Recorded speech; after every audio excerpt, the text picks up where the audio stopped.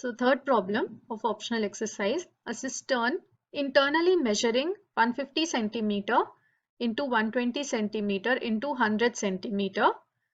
So these are the dimensions of a cistern. So which means it's a cuboidal vessel, has these many centimeter cube of water in it. Porous bricks, that means entire volume is not filled. Now only this much capacity, this much volume is filled. Some more portion is remaining in this cistern. Porous bricks are placed in the water until the cistern is full to the brim. Each brick absorbs 1/17th of its own volume of water. How many bricks can be put in without overflowing the water? Each being 22.5 into 7.5 into 6.5. So these are the dimensions of the brick given,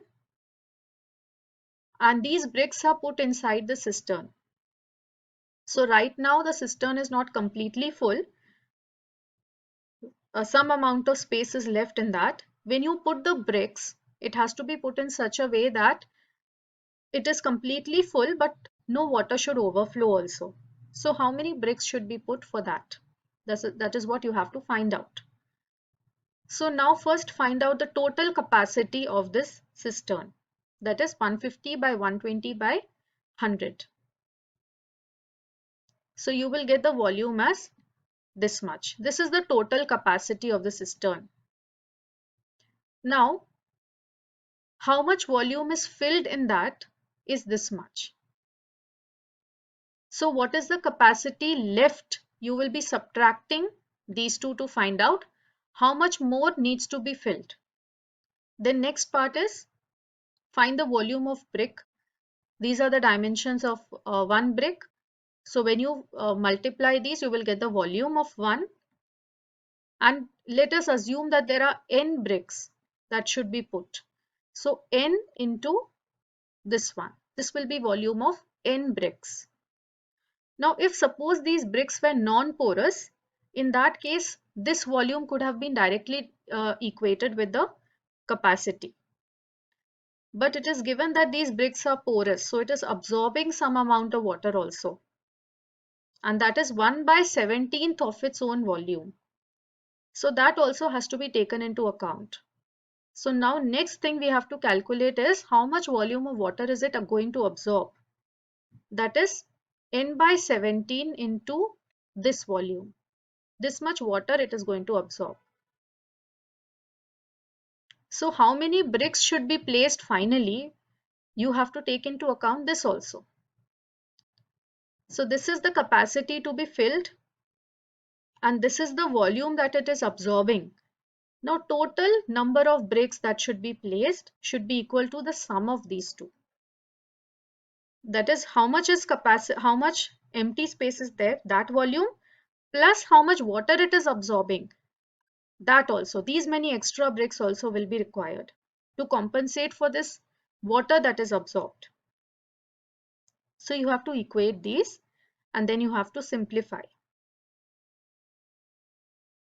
So n is the variable here which will be simplified. So you can take all the quantities having n on one side.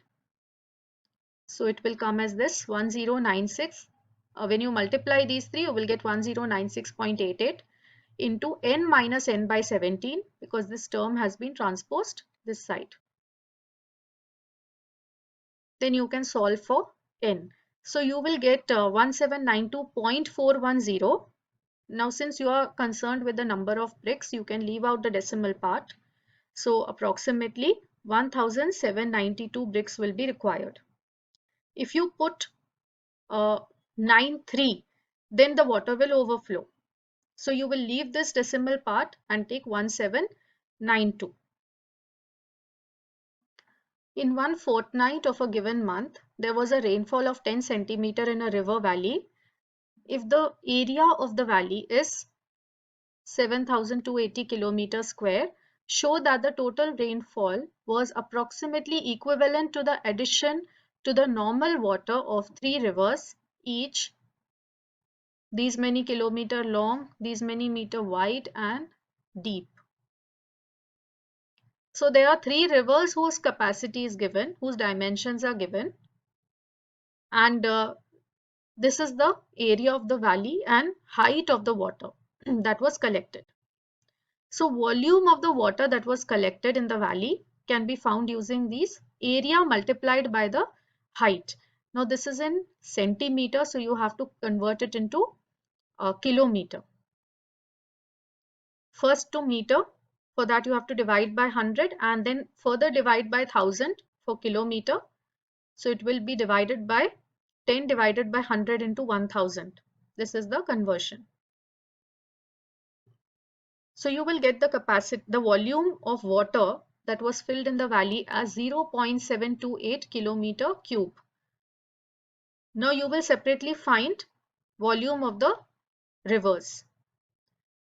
So for here the length is given, the width is given, and the depth is given, or the height. Now this is in meter, both of them, so they have to also be converted into kilometer by dividing by 1000. So that is 0.075 kilometer and 0.003 kilometer. These two will be multiplied with length to give you the volume of, and because there are three rivers, so it has to be also multiplied with 3. So when you multiply this with 3, you will get the answer as 0.7236 kilometer cube. So this is volume of 3 rivers, and this is volume which we have already found, volume of rainwater that was collected. So almost both are approximately coming as equal. One is 0.7236 and another is 0.7280. So they are equivalent.